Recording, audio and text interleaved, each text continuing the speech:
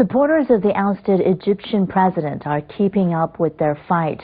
They want to bring Mohamed Morsi back to power. But the generals who overthrew him last week say there's a limit to their patience. Their troops opened fire on protesters in Cairo. At least 51 people were killed.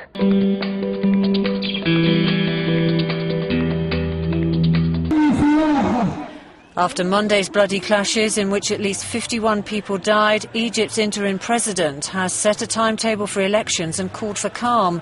Overnight, thousands of supporters of ousted President Mohamed Morsi gathered in Cairo, once again demanding his reinstatement.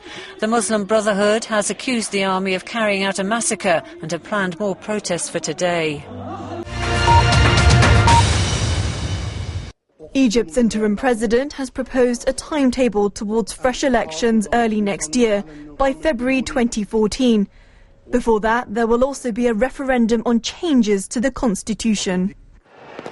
It's welcome news for the thousands that demonstrated in Tahrir Square last week, and the 22 million people that opposition activists claim have petitioned against Morsi. But it's far from settled.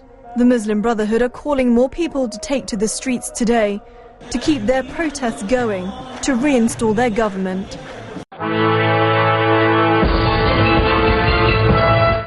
A provoked attack or a peaceful sit-in turned violent. Conflicting reports of how the latest bloodshed in Cairo began.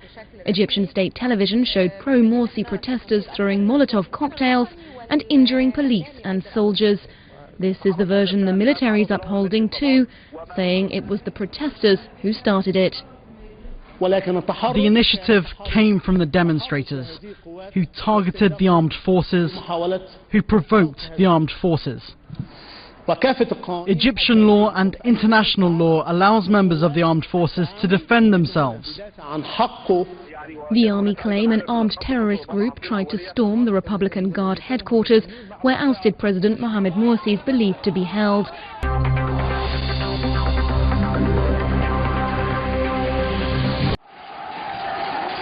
Pro-Morsi protesters sound the alarm, knocking on metal lampposts. It's 3 in the morning.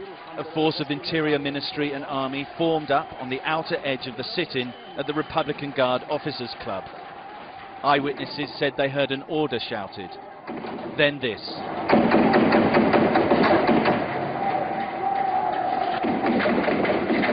Tear gas. Automatic gunfire.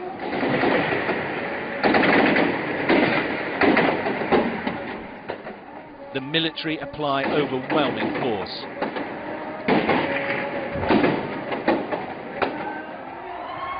The Egyptian army said it fired on demonstrators in self-defense. But this amateur video obtained by Sky News appears to tell a different story. As they advance, soldiers surround a dead or wounded demonstrator. One man is arrested and beaten.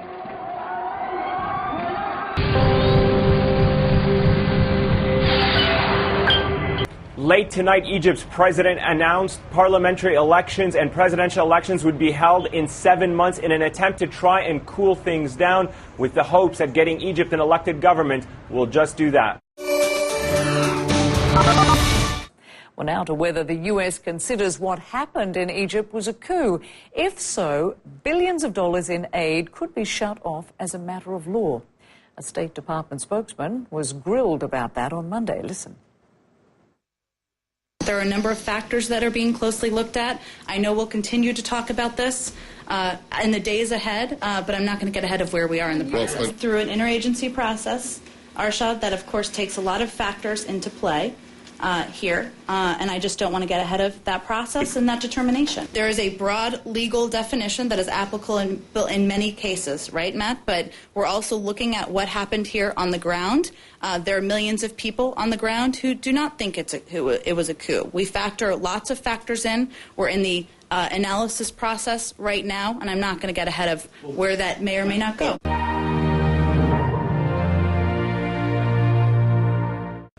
President Barack Obama has only been seen talking about Egypt behind closed doors to his team in these White House released photos. He has not addressed the issue publicly, and now, back from holiday, he still hasn't. focusing instead on domestic issues. And more accountable than ever before. He left that up to his press secretary, Jay Carney, who carefully avoided taking sides when asked about the killing of protesters. We call on the military to use maximum restraint, responding to protesters, just as we urge all those demonstrating to do so peacefully. The main message he was trying to send, the U.S. isn't taking sides, but that is apparently not believed by many of the protesters, those against President Morsi, who feel that even while they were taking to the streets, the U.S. ambassador was backing him.